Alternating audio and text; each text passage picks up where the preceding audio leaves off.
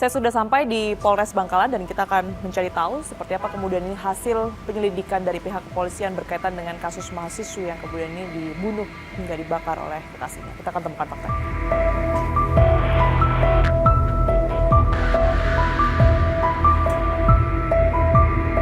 Berkaitan dengan kasus pembunuhan mahasiswi oleh kekasihnya, sejauh apa hasil penyelidikan polisi hingga saat ini, Pak? Ini kan kejadian tanggal 1 ya, tanggal 1 Desember kurang lebih pukul antara 18.00 waktu Indonesia Barat. Tersangka ini mengajak korban untuk melakukan menggugurkan kandungan katanya. Karena sebelumnya sudah menyampaikan bahwa ya korban ini sudah hamil. Tapi di tengah perjalanan sempat cekcok sehingga tersangka memberhentikan kendaraannya di suatu tempat. Karena mungkin korban ini meminta pertanggungjawaban karena sudah hamil. Tersangka langsung membacok pertama itu bagian leher korban. Setelah korban itu kena bacokan, langsung diarahkan lagi yang kedua kali arah kepala. Dari hasil keterangan tersangka juga korban ini sempat minta maaf atau minta ampun lah supaya tidak dianiaya seperti itu. Tapi tersangka tetap memaksa untuk melakukan itu, dan setelah jatuh di tanah, tersangka ini leher korban. Artinya pemicu permasalahan antara keduanya ini karena mahasiswi tersebut ini meminta pertanggungjawaban. Iya. Hanya itu saja, Pak Kapolres. Jadi hasil keterangan yang kami dapat, korban ini meminta pertanggungjawaban kepada tersangka. Apabila tidak bertanggung jawab, korban ini akan melaporkan ke polisi katanya, sehingga tersangka ini tidak terima dengan hal seperti itu tadi. Nah, kalau berkaitan dengan adanya lokasi yang kemudian ini digunakan untuk menggugurkan atau lain sebagainya, rencana keduanya pada saat itu betul ada atau seperti apa? Memang banyakkah di lokasi tersebut, Pak Kapolres?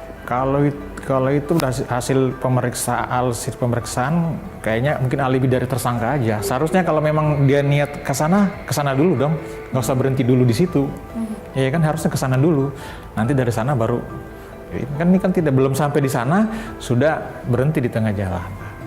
Sangkaan pasal yang dijatuhkan? Jatuhkan itu 340. Berencana ya? Ya, berencana. Dengan ancaman hukuman mati, seumur hidup dan paling lama 20 tahun penjara. Kalau dari Mbak Iva membaca kasus ini sebenarnya seperti apa? Karena kalau dilihat kan mereka sebenarnya juga pernah sebegitu dekatnya, tetapi ternyata juga bisa berujung sebegitu sadisnya. Bagaimana? Jadi begini, ini kan kejahatan luar biasa ya, kejahatan yang sangat kejam, yaitu membunuh atau menghilangkan nyawa dari pasangan di mana mereka ada hubungan emosional. Nah, biasanya pembunuhan seperti ini tuh ada 3 sebab. Yang pertama karena faktor psikologis, yang kedua sosial, yang ketiga situasional. Secara psikologis biasanya orang-orang ini jangan-jangan mempunyai gangguan psikopati gitu ya. Psikopati itu tanda-tandanya adalah dia tidak punya empati, tidak bertanggung jawab, menghindari kesalahan, dan mereka tidak bisa menahan impuls. Nah, masalah sosial berarti kan hubungan yang tidak baik atau perselisihan yang berkepanjangan yang dia sendiri tidak bisa menyelesaikan masalah itu. Lalu yang situasional adalah kemarahan akibat dari yang sebagai sebab dari pembunuhan itu. Nah, kemarahannya seperti apa? Disebabkan oleh apa? Yang sama-sama kita ketahui bahwa ini ada proses dari tempat A ke tempat B, di tengah jalan terus ada kemarahan, terus ada terjadi pembunuhan. Berarti kan tiga-tiganya ada kemungkinan 3 faktor ini menjadi faktor kenapa seseorang melakukan pembunuhan terhadap pacarnya. Jadi memang ini bisa dikatakan pembunuhan yang dilakukan ini karena emosi sesaat saja sebenarnya? Atau seperti apa? Kalau dari kronologinya, terus kondisi psikologinya berarti kan seseorang tidak punya empati, tidak punya tanggung jawab. Berarti konflik ini terjadi ketika si pacarnya ini sudah mengaku kalau dia hamil, sehingga dia minta pertanggungjawaban. Nah, pertanggungjawaban ini yang menjadi masalah dia. Nah, dia harus lari dari situ gitu, karena seseorang yang mengalami psikopati tadi itu, dia akan melarikan diri dari tanggung jawab itu. Dan tanggung jawab itu menjadi salah satu sumber yang membuat dia menjadi sangat-sangat punya masalah. Dan masalah itu yang harus dihilangkan adalah perempuan ini. Tindakan-tindakan yang ia lakukan ini tidak atas dasar pertimbangan ia pernah dekat juga dengan sang korban ini, itu akan berpengaruh nggak sih Mbak sebenarnya untuk kalau kita berbicara mengenai indikasi psikopat itu tadi ya? Karena begini, sebetulnya orang-orang dengan kondisi psikologi seperti ini itu harapan sama kenyataan sama realita itu berbeda. Harapannya kan dia punya hubungan yang manis gitu ya, tanpa tanggung jawab. Tapi realitanya adalah ada yang harus dipertanggungjawabkan, yaitu kehamilan.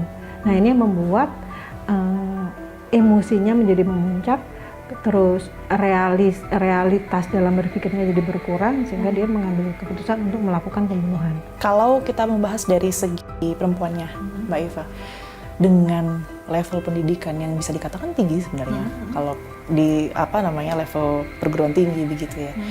Apa yang kemudian membuat ia sebegitu mudahnya juga untuk percaya, mungkin dengan tipu daya, dengan rayuan, sampai akhirnya mau melakukan tanpa harus berpikir panjang begitu.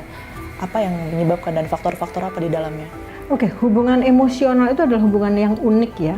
Makanya banyak sekali ungkapan ketika perempuan mencintai atau jatuh cinta itu hilang semua akalnya gitu. Itu emang benar adanya. Tetapi dari sekian orang atau sekian anak atau sekian remaja yang jatuh cinta, banyak juga kan mereka yang masih mempunyai nalar yang baik. Artinya ini kan ada yang salah dari cara berpikirnya. Bagaimana cara perempuan menilai diri, memiliki harga diri. Ini yang membuat seseorang menjadi berbeda. Bagaimana dia meyakini atau menghayati nilai-nilai moral. Kalau tadi melihat dari salah satu statementnya Mbak Eva bahwa ada kecenderungan psikopat, kemudian kalau bisa saya gabungkan dengan adanya warning begitu ya bagi para orang tua untuk kemudian ini bisa memberikan bagaimana cara mengatasi masalah pada anak. Ini apakah pure hanya terjadi karena indikasi psikopat tersebut atau ada peran lingkungan sebenarnya di dalamnya? Artinya apakah memang psikopat ini bisa berdiri sendiri atau bisa diperparah dengan adanya lingkungan sekitar ini? Oke, baik. Ini kalau psikopat itu kan yang bisa menentukan hanya dokter ya, hanya dokter jiwa ya atau psikiater. Tetapi sebetulnya gangguan-gangguan ini itu bisa menular. Jadi orang-orang ini atau anak-anak ini mungkin berada dalam lingkungan yang abusive, yang terbiasa ada kekerasan dan menganggap kekerasan itu menjadi salah satu atau justru satu-satunya cara menyelesaikan permasalahan. Sehingga mereka biasa aja ketika mereka akan melakukan kesalahan gitu ya, atau melakukan kekerasan. Kembali ke kasus Mbak Eva, kalau kita melihat dari cara membunuhnya ini kan luar biasa sadis ya. Ini ada catatan tersendiri tidak dari Mbak Eva? Kalau kita melihat seperti ini, ketika seseorang umur 20 dan 21 tahun ada hubungan emosional, ini terjadi pembunuhan, biasanya motif itu kan ada dua, satu instrumental, satu material. Kalau kita lihat seperti ini berarti instrumental lah yang menjadi motif dari kondisi ini ya. Bisa jadi ketika melakukan pembunuhan itu menjadi sebuah impulsivitas dari seorang pelaku, karena dia marah, dia nggak tahu bagaimana cara menyelesaikan, dibunuh. Tetapi selanjutnya itu menjadi proses yang direncanakan karena dia pergi untuk menukar air dengan membeli bensin dan membakarnya.